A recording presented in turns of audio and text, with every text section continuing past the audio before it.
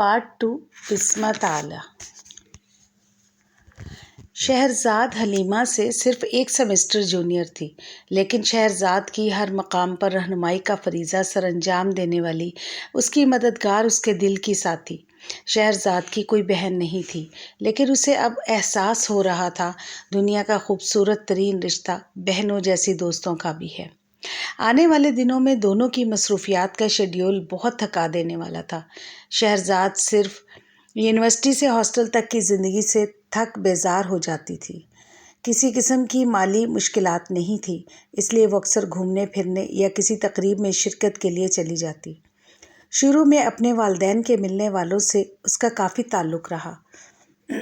Embassy کی طرف سے کبھی کبھی کسی پروگرام کا دعوت نامہ مل جاتا۔ آہستہ آہستہ جن تقریبات کی وہ روح رواں سمجھی جاتی تھی، وہ ان سے بور ہونے لگی۔ قسمت سے باپ یا ماں کا اصرار کر دیتے تو چلی جاتی۔ فون پر کبھی باپ کی طرف سے اور کبھی ماں کی طرف سے گوشمالی ہوتی تو وہ مخصوص رٹا رٹایا جواب دیتی، پڑھائی میں بے حد مصروف ہو۔ اپنی اس تبدیلی کو وہ خود بھی سمجھنے سے قاصر تھی۔ جبکہ حلیمہ کے مالی حالات اچھے نہ تھے۔ والد صبح کسی کو آن لائن ٹیوشن پڑھاتی تھی۔ شہرزاد سونے جاگنے کی کیفیت میں ہوتی تھی۔ جب اسے حلیمہ کی آہستہ آہستہ بولنے کی آواز سنائی دیتی، وہ عربی زبان میں لیکچر نما تقریر کر رہی ہوتی تھی۔ جب شہرزاد الارم کی آواز پر انگڑائی لے کر اٹھتی، دائیں بائیں نظر ڈالتی تو کمرہ حلیمہ کے وجود سے خالی ہوتا اور بس زیتون کے تیل میں تلی کسی چیز، پنیر یا اچار کی خوشبو کمرے میں چکراتی پھرتی، اس کے وجود کا احساس دلاتی۔ حلیمہ کا روزمرہ کا معمول یہی تھا کہ وہ الگ صبح ہاسٹل سے نکلتی اور رات گئے واپس آتی تو شہرزاد سونے کی تیاریوں اور کلینزنگ میں مصروف ہوتی۔ اس مختصر عرصے میں بھی بہت سی باتیں ہوتی، باہمی دلچسپی کے امور پر تبادلہ خیال ہوتا اور دونوں باتیں کرتے کرتے گہری نیند میں چلی جاتی۔ حلیمہ زیر لب کچھ ذکر اذکار کرتی اور اس کے بعد اس کے خراٹے کمرے میں گونجتے تو شہرزاد کانوں میں انگلیاں ٹھوس لیتی۔ دانت کچکچاتے ہوئے وہ سوچتی، صبح ہوگی تو سب سے پہلے اسے خراٹوں پر قابو پانے کی تلقین کروں گی۔ اس کی نوبت ہی نہ آتی، اس لیے صبح پھر وہی حلیمہ کی ٹیوشن، شہرزاد کا سونے جاگنے کے بیچوں بیچ ہونا، آنکھ کھلنے پر حلیمہ کی بجائے زیتون کے تیل میں فرائی انڈا یا زیتون کے اچار کی خوشبو۔ وہ اپنے بال نوچتی، سوائے چند ایک دنوں کے ایسا ہوتا۔ ہاں، کئی مرتبہ وہ یہ بھی دیکھتی کہ ابھی حلیمہ سو رہی تھی، ابھی چاقو چوبند کام میں مصروف ہے، ابھی خراٹے لے رہی تھی، ابھی کسی سے کال پہ مصروف تھی۔ کمرے میں رات کے چند گھنٹوں کے لیے حلیمہ کا قیام شہرزاد کے لیے حیران اور پریشان کن ہوتا۔ اس میں بھی وہ کچھ نہ کچھ کرتی دکھائی دیتی، اور نہیں تو کچن میں جاتی اور کھانے کے ڈبے کے ساتھ واپس آتی۔ زیتون کے تیل میں تلی ہوئی گرما گرم کوئی نہ کوئی چیز لیے وہ سونے جاگنے کی کیفیت میں پڑی شہرزاد کو مخاطب کرتی، آؤ دعوت طعام ہے۔ ایک دو مرتبہ تعریف میں زمین آسمان کے غلابے ملائے۔ بہت شوق سے شہرزاد نے زیتون کا اچار منہ میں ڈالا، لیکن سچی بات ہے، اس پھیکے اور بکبکے کھانے کا پہلا چمچ چکھنے کے لیے دوسرا مارے مروت کے منہ میں ڈالتی۔ کئی منٹ وہ منہ بند رکھ کر سوچتی، اسے نگلے یا اگل دے۔ حلیمہ کے جاتے ہی وہ پہلا کام اس کھانے کی ڈسپوزیبل پلیٹ کو ڈسٹ بن میں پھینکنے کا کرتی۔ اس کے بعد حلیمہ نے کبھی بھی اسے کھانے کی پیشکش نہیں کی۔ شاید اس نے ڈسٹ بن میں جھانک کر اپنے دیے رزق کا حشر دیکھ لیا تھا۔ دونوں کی پڑھائی بہت نازک حالات میں تھی جب شہرزاد کی ماما کا روتے ہوئے فون آیا۔ شہرزاد نانو چلی گئی، روتے ہوئے بس یہی فقرہ 2 مرتبہ کہہ کر ماما نے کال کاٹ دی۔ تب یہ حلیمہ ہی تھی جس نے اپنی جاب اور ٹیوشن سے چھٹی لی اور ایمبیسی سے رابطہ کیا، پاکستان جانے والی تمام فلائٹس کے شیڈول دیکھے، سب سے پہلے والی میں اس کی ٹکٹ کنفرم کروا کے اس کے سامان کی پیکنگ کی، اسے گلے سے لگا کر صبر کی تلقین کی۔ شہرزاد کی ہچکی بن گئی تھی۔ نانو سے پیار تھا، لیکن اتنا زیادہ تو ان کے جانے کے بعد محسوس ہوا تھا۔ حلیمہ نے زبردستی سینڈوچ اور کافی کا مگ دیا، اس کے بیگ میں دوران سفر ضروری اشیاء رکھی، اسے ایئرپورٹ چھوڑنے گئی۔ امیگریشن سے چند لمحے قبل تک حلیمہ سائے کی طرح ساتھ رہی، اسے دھیمے لہجے میں سمجھاتی رہی، شہرزاد دیکھو، آج تک جتنے بھی آئے ہیں سب گئے، سب نے ہی جانا ہے، میں نے، تم نے، بس خوش قسمت وہ ہے جو تیاری کر کے جاتا ہے۔ تمہاری نانو انشاءاللہ جنت میں ہوں گی، تم بس انا للہ و انا الیہ راجعون پڑھتی رہنا۔ یہ ہر غم کے موقع کے لیے بہترین ٹانک ہے، کیونکہ اللہ رب العالمین نے اپنی کتاب میں یہ تلقین کی ہے، اور جب ان پر کوئی مصیبت آتی ہے وہ کہتے ہیں بے شک ہم اللہ ہی کے لیے ہیں اور اسی کی طرف لوٹ کر جانا ہے۔ اور دیکھو اپنی ماما کو بھی صبر کی تلقین کرنا، ان سے کہنا جب کوئی دنیا سے رخصت ہوتا ہے تو اس کی میت کے پاس اس کی اچھی باتوں کو بیان کرتے ہیں، اس کی نیکی کی گواہی سب کے سامنے دیتے ہیں، کیونکہ سید الانبیاء حضرت محمد صلی اللہ علیہ وسلم نے فرمایا ہے میت کے پاس اس کی اچھی گواہی دو، فرشتے وہاں موجود ہوتے ہیں، قریب کے لوگ اس کے متعلق جو کہتے ہیں وہ رب العالمین کے حضور لے کر جاتے ہیں۔ ایئرپورٹ کے لاؤنج میں داخل ہوتے ہوئے بھی حلیمہ اسے ہاتھ ہلا ہلا کر صبر کی تلقین کر رہی تھی۔ یہ پہلا سفر تھا جب شہرزاد نے اپنے سر کو اسکارف سے ڈھانپ رکھا تھا اور وہ بہت غم کی کیفیت میں تھی۔ یہ پہلا سفر تھا کہ اس نے کانوں میں موسیقی سننے کے لیے ہینڈ فری نہیں استعمال کیے تھے۔ وجہ نانو کی موت نہیں، بلکہ سوچ کے لیے بہت سے وہ موضوعات تھے جن پر اس نے کبھی بھی نہیں سوچا تھا، موت، قبر، فرشتے وغیرہ وغیرہ۔ شہرزاد ایک ہفتے کی چھٹی پر پاکستان گئی تھی۔ گھر میں پہنچنے سے قبل نانو کو قبرستان لے جایا جا چکا تھا۔ بس ایک جھلک تھی چند سیکنڈ کی جو اس نے قبرستان میں پہنچ کر سفید کفن میں ملبوس نانو پر ڈالی تھی، اور اسے لگتا تھا نانو کی موت نے اسے زندگی بخش دی، اب تک وہ مردہ تھی۔ اسے روتا بلکتا دیکھ کر سب پریشانی سے اسے دیکھ رہے تھے، ایسا تو وہ دادوں کے جانے پر یا چھوٹے ماموں کے انتقال پر بھی نہیں روئی تھی۔ بہت دیر لگی تھی اسے سنبھلنے میں، اب تک ہر کسی سے بچوں کی طرح گلے سے لگ کر مل رہی تھی۔ اسے دیکھ کر سب حیران ہو رہے تھے۔ اس کی گفتگو میں ماشاءاللہ، الحمدللہ، استغفر اللہ جیسے الفاظ کا کثرت سے استعمال سب کو حیران کر رہا تھا۔ اس کے سر پر اسکارف نے تو سوالیہ نشان سب کے سامنے رکھ دیا تھا، اور جب نانا نے پوچھا کہیں تم نے کسی عربی لڑکی کے ساتھ کمرہ تو شیئر نہیں کیا؟ ذرا دھیان سے، یہ بہت فضول سے لوگ ہیں، مجھے اردن کے اسد خلیل کے ساتھ رہنے کا اتفاق ہوا تھا، بڑی عیاش، دوغلی اور قابل نفرت قوم ہے۔ نہیں نانا ابا، ایسا نہیں، میرے ساتھ فلسطینی لڑکی ہے، حلیمہ۔ مجھے لگتا ہے دنیا میں ان سے اچھی کوئی قوم ہی نہیں، میرے تو سارے خیالات اس کے ساتھ رہ کر تبدیل ہو گئے ہیں۔ شہرزاد نے ان کو وضاحت دینے کی کوشش کی۔ نانا نے شانے اچکائے۔ میرا فرض تو تمہیں سمجھانا تھا، آگے تمہاری مرضی۔ تب وہ خود بھی حیران ہوئی تھی، یہ 20-22 سالہ زندگی میں اچانک نظریات کیسے تبدیل ہوئے، محض ایک لڑکی کے اچھے اخلاق کی وجہ سے۔ شہرزاد نے سوچا وہ جاتے ہی حلیمہ کو ضرور بتائے گی، دیکھو میں نے تمہاری عدم موجودگی میں تمہاری تعریف کی، بلکہ سب کے سامنے تمہاری وکالت کی۔ وہ تصور میں حلیمہ کا شرمایا چہرہ دیکھ کر مسکرائی۔ ہفتہ بہت جلد بیت گیا۔ پاکستان سے جاتے ہوئے وہ حلیمہ کے لیے بہت سے تحائف لے کر گئی۔ 10ویں دن جب وہ ایئرپورٹ پر امیگریشن سے فارغ ہوئی تو اس نے حلیمہ کو کال کی۔ اسے بے اختیار اپنا پچھلا سفر یاد آ گیا تھا۔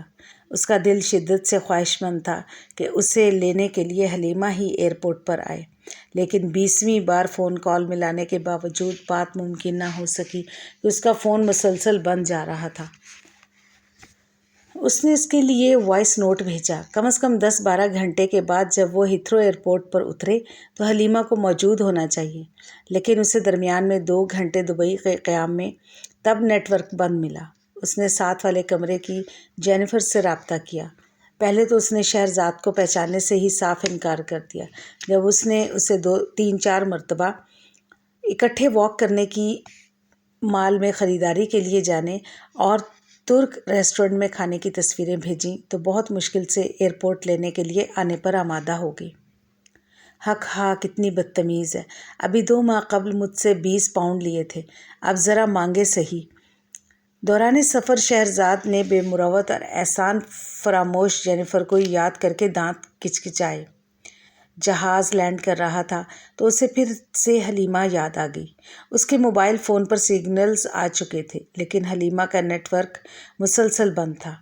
ایئرپورٹ پر امیگریشن اور بیلٹ سے سامان لینے کے بعد جب شہرزاد باہر آئی تو جینیفر ابھی نہیں پہنچی تھی۔ جینیفر 10-12 منٹ کے بعد دکھائی دی۔ سو نخروں کے بعد کیب میں جب دونوں بیٹھ چکی تھیں تو شہرزاد بار بار پاؤں کی طرف دیکھ رہی تھی۔ پچھلا سفر پوری جزیات کے ساتھ یاد آ رہا تھا۔ تب اسے محسوس ہوا اسے حلیمہ سے شاید خود سے ہی زیادہ محبت ہو گئی ہے۔ وہ خیال میں مسکرائی، اسے بتاؤں گی وہ بہت خوش ہوگی۔ لیکن یہ کیا بات ہے کہ حلیمہ کے دل میں یہی جذبات شہرزاد کے لیے ہیں یا نہیں؟ چند سیکنڈ سوچنے کے بعد اس کا دل مرجھا گیا۔ نہیں، اس نے سوچا، اگر حلیمہ اس سے اتنا ہی تعلق رکھتی تو وہ سلوک کبھی نہ کرتی جو پچھلے مہینوں میں کیا۔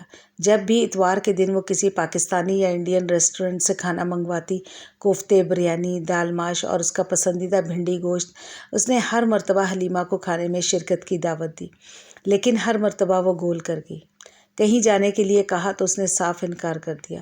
5-6 مرتبہ کے انکار کے بعد شہرزاد نے اسے کہنا ہی چھوڑ دیا تھا، اور بہانے بھی حلیمہ کے پھسپھسے ہوتے۔ میرا دل نہیں چاہ رہا، مجھے مرچ مسالوں والے کھانے موافق نہیں، یا پھر بہانہ بناتے، اس وقت پیٹ بھرا ہوا ہے۔ نہیں تو نہ صحیح۔ وہ خیالات کی دنیا سے واپس کیب میں آئی۔ 10-15 منٹ کے سفر کے بعد جینیفر نے ترچھی نظروں سے شہرزاد کی طرف دیکھا۔ وہ تمہاری فلسطینی چوہیا کا کیا حال ہے؟ 2-3 دن سے نظر نہیں آئی۔ یہی تو میں پوچھنے والی تھی کہ حلیمہ کا فون بند ہے، خیریت تو ہے؟ شہرزاد پریشانی سے بولی۔ مجھے کیا معلوم، مجھے تو بس اتنا پتہ ہے کوئی گڑبڑ ہے اس کے ساتھ۔ اب پلیز مجھ سے کوئی اور سوال مت پوچھنے بیٹھ جانا۔ میں اس کے کندھوں پر ہر وقت سوار نہیں رہتی کہ مجھے اس کی مصروفیات کا علم ہو۔ ترش لہجے میں منہ پھٹ جینیفر نے شہرزاد کی بولتی بند کروا دی۔ ہاسٹل پہنچ کر اسے یاد آیا کمرے کی دونوں چابیاں تو حلیمہ کے پاس ہیں۔ او میرے خدایا! اب اس نے گھومتے سر پر قابو پاتے ہوئے سوچا۔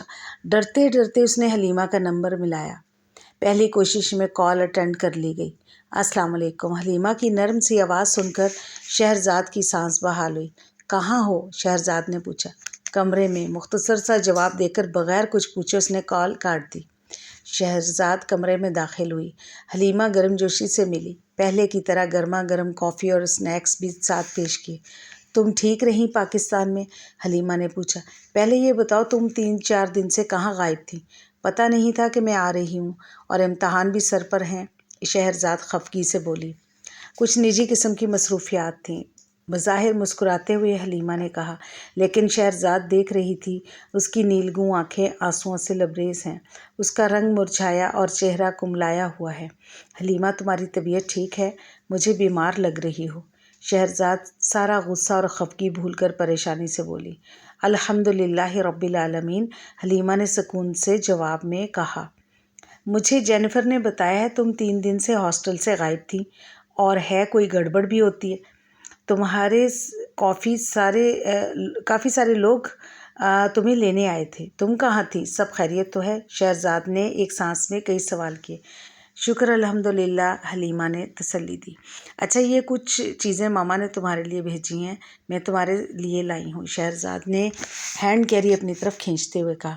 یہ دیکھو کتنی خوبصورتی سے کڑھائی کی گئی ہے، سبز رنگ کی شال پر موتیوں جیسی کڑھائی والی نفیس شال شہرزاد نے حلیمہ کے حوالے کی اور پوچھا کیسی ہے؟ بہت زبردست، بے مثال۔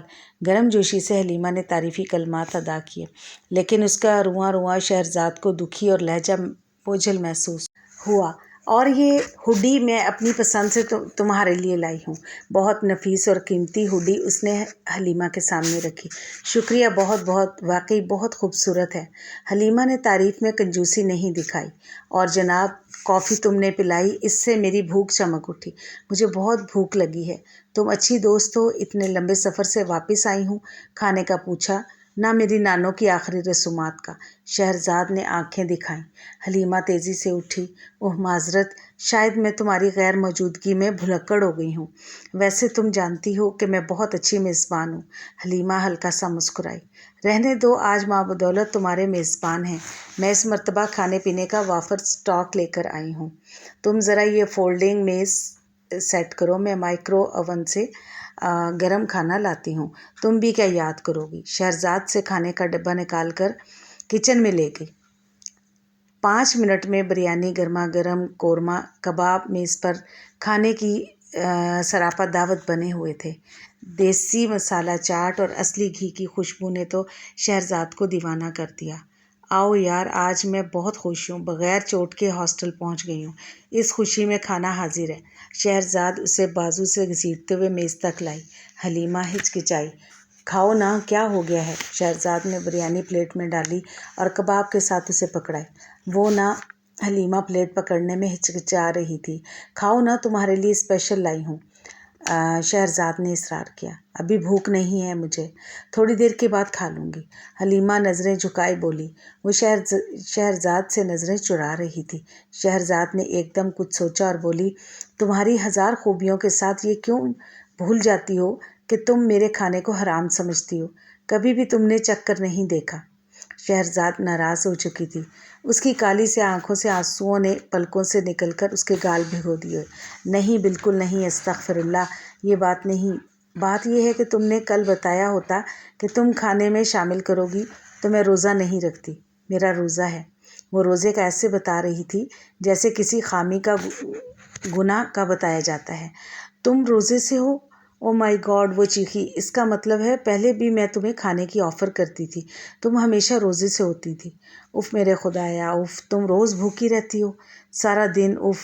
شہرزاد کی سمجھ میں نہیں آ رہا تھا کہ کیا کہے۔ پھر کسی خیال کے تحت وہ سر جھکائے مجرموں کے سے انداز میں بیٹھی حلیمہ پر نظر ڈال کر بولی، اسلام یہ تو نہیں کہتا کہ سارا سال بھوکے رہو۔ حلیمہ نے آنسوؤں سے بھری پلکوں کو اٹھایا تو شہرزاد کا دل بند ہونے لگا۔ یہ آنسو تھے یا سرخ خون کے قطرے؟ دکھ اور اذیت نے اس کے چہرے کو اتنا حساس بنا دیا تھا جیسے پکے ہوئے انگور۔ بتاتی کیوں نہیں ہو؟ اور میں نے تو تمہیں کبھی سحری افطاری کا اہتمام کرتے ہوئے نہیں دیکھا۔ یہ کس قسم کے روزے ہیں جو سارا سال رکھنے پڑتے ہیں؟ کیا ہمارا دین اتنا سخت ہے یا تم نے کوئی منت مان رکھی ہے؟ ایک سانس میں 10 سوال کر کے اور دل کی بھڑاس نکالتے ہوئے شہرزاد نے اعتراض کیا۔ نہیں میری پیاری، آنکھ کی نوک پر جمع آنسو صاف کرتے ہوئے حلیمہ دھیمے لہجے میں بولی، دین سخت نہیں ہے، ہمارے حالات سخت ہیں۔ میں نے پہلے بھی کئی مرتبہ تمہیں بتایا ہے کہ ہمارے حالات لوگوں سے مختلف ہیں۔ ہمارے مسائل اور طرح کے ہیں۔ یوں سمجھو جیسے مریخ یا مشتری سے کوئی آئے تو وہ زمین کے لیے ناسازگار ہوگا، مس فٹ ہوگا۔